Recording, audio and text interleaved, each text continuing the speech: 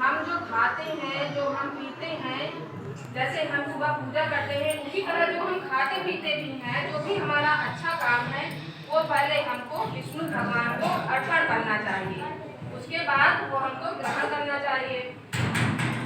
तो वो एक औरत थी, उसके दिमाग में ये चीज बहुत अच्छे से बैठ गई कि हर चीज विष्णु भगवान को अर्पण करना है।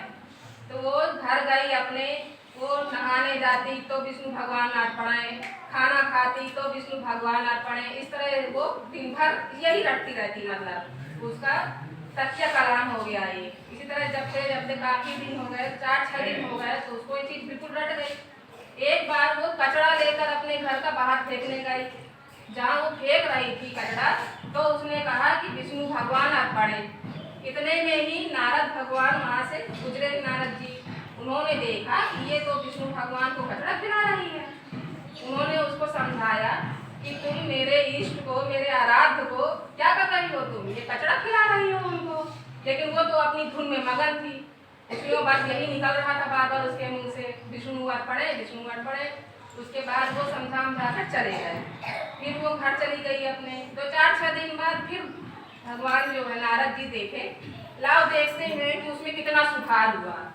तो नारद जी फिर घूमते घूमते आ गए वहाँ पर। फिर उन्होंने देखा कि फिर वो औरत घर से दरिया में कचरा लेकर 8-10 दिन रखा रहता ना कबालिका वाला, तो वहाँ पर डाल रही है और कह रही है कि विष्णु अर्पण। नारद जी को बहुत गुस्सा लगी कि मैंने इतना इसको समझाया, लेकिन फिर भी नहीं मानती, भगवान को कचरा ही खिला रही है बार बार। तो उन्होंने उसको 2 झापड़ लगाए, लेकिन फिर भी वो जहाँ वो झापड़ लगाते थे तो वो यही बोलती थी विष्णु अर्पण।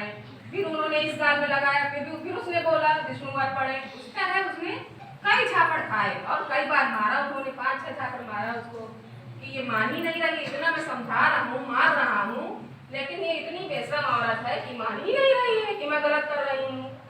कुछ नहीं, वो हर थक कर चले गए। उसको, उस औरत को कोई प्रभाव ही नहीं पड़ा कि हम मार खा रहे हैं, क्यों खा रहे हैं। विष्णु वो जो है नारद जी अपने भगवान के पास पहुंचे, उन्होंने देखा तो विष्णु भगवान के गाल एकदम लाल। उन्होंने कहा अरे प्रभु ये आपको क्या हो गया। उन्होंने कहा कि जो आपने दिया वही मैंने पाया। उन्होंने कहा कि अरे मैं तो आपकी आराधना करता हूँ, वंदना करता हूँ, मैं आपको कैसे ये सब दे सकता हूँ। उसी तरह उंगली उंगली के निशान उनके गालों में पड़े हुए थे।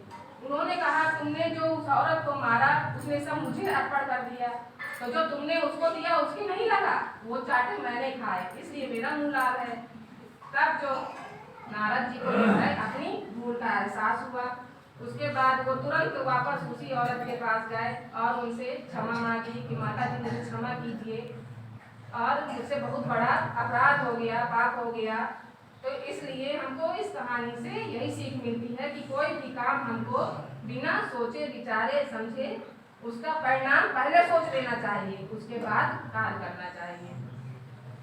किसी का जन्मदिन तो नहीं है आज, है?